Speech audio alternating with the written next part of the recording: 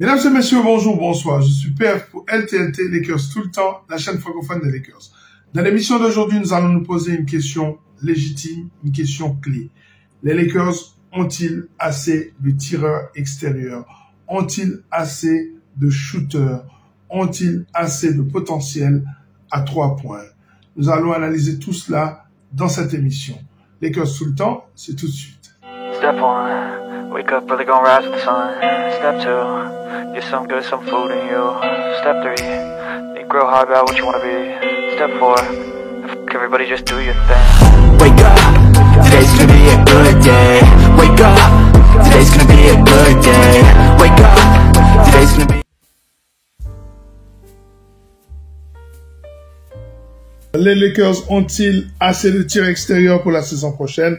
Cette question, elle est légitime, elle est importante, elle est déterminante. Elle est déterminante pour le titre. On a vu que les Lakers, une équipe médiocre au tir à 3 points, est arrivée jusqu'en finale de conférence, mais se sont fait sweeper par les Denver Nuggets. Alors, on va voir le pourcentage de réussite à 3 points de chaque joueur en carrière et aussi sur la saison dernière, parce qu'il faut prendre aussi en considération la dernière tendance. Alors, le premier joueur qu'on prend en considération, c'est Max Christie.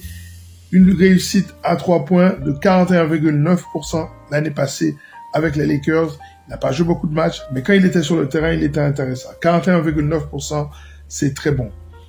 Maxwell Lewis, il faut prendre sa carrière en collège. 35,4%, c'est sa réussite totale en carrière. C'est pas mal. Je vous ai dit qu'il y avait un vrai potentiel chez ce joueur. Ça va être intéressant de voir comment il progresse à 3 points. Jackson Hayes, le pivot des Lakers, n'est absolument pas un tireur. L'année passée, 10% seulement de réussite à 3 points. C'est pour ça que je vous ai dit que les Lakers doivent avoir un straight 5. C'est fondamental. Sinon, les Lakers auront du mal à progresser en tant qu'équipe.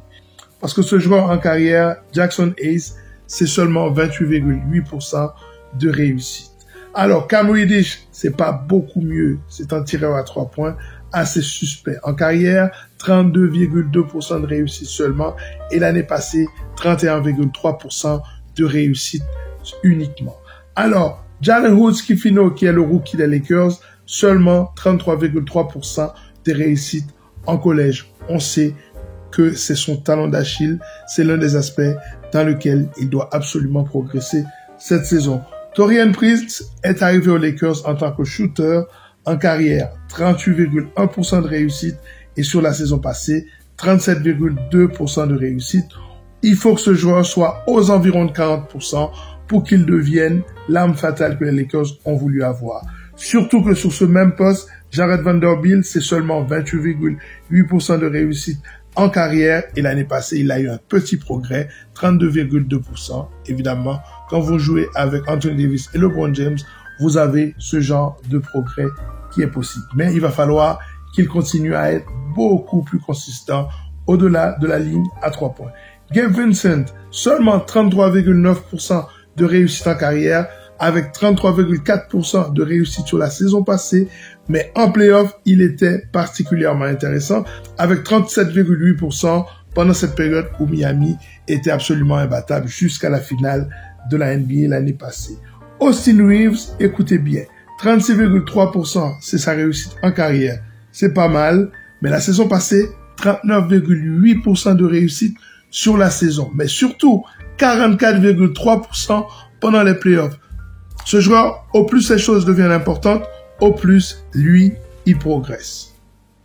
Alors, le conte de fées de la saison passée, c'était Rui Hachimura. Il faut bien comprendre ce qui s'est passé avec ce joueur. En carrière, il n'est pas considéré comme un joueur fiable à 3 points. 34,7%, c'est correct, c'est en dessous de la moyenne de la ligue. Mais pour la saison, il a baissé encore, 31,9%. Cependant, une fois que les playoffs arrivent, il était le meilleur tireur à 3 points de toute la NBA en playoffs avec 48,7% pendant les playoffs. Est-ce qu'il va rester à ce pourcentage? Bien entendu que non. Mais on voit qu'il a le potentiel, quand les choses deviennent difficiles, de répondre présent. Et ça, c'est ça qui lui a valu son contrat. Et c'est ça aussi qui va lui être comme une épée de Damoclès au-dessus de la tête. On attend beaucoup de ce joueur. Surtout que D'Angelo Russell, 36,6% de réussite en carrière et 31% seulement l'année passée. C'est une nette régression à ce niveau. Alors que c'est le joueur qui était censé être le sniper, le joueur qui marque facilement, le joueur qui ne fait pas beaucoup d'efforts pour pousser cette équipe des Lakers, permettre aux vétérans de se reposer, eh bien, il va falloir qu'il réponde présent. Je pense que la réussite des Lakers dépendra de ce joueur en grande partie.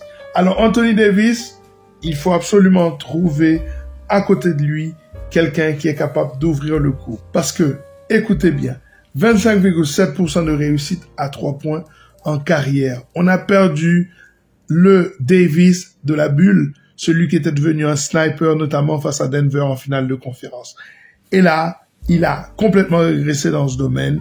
Ça devient un problème particulièrement important à ce niveau. Alors, la saison passée, c'est seulement 30% de réussite avec cette équipe des Lakers au-delà de la ligne à 3 points.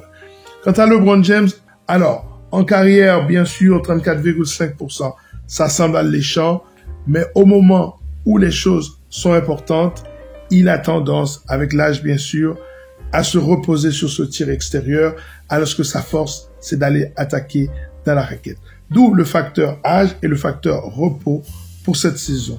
Alors, une dernière information, 32,1% de réussite seulement sur la saison 2022-2023 pour LeBron James.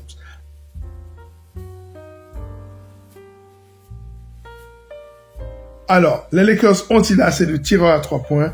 La réponse doit être nuancée. Pas vraiment.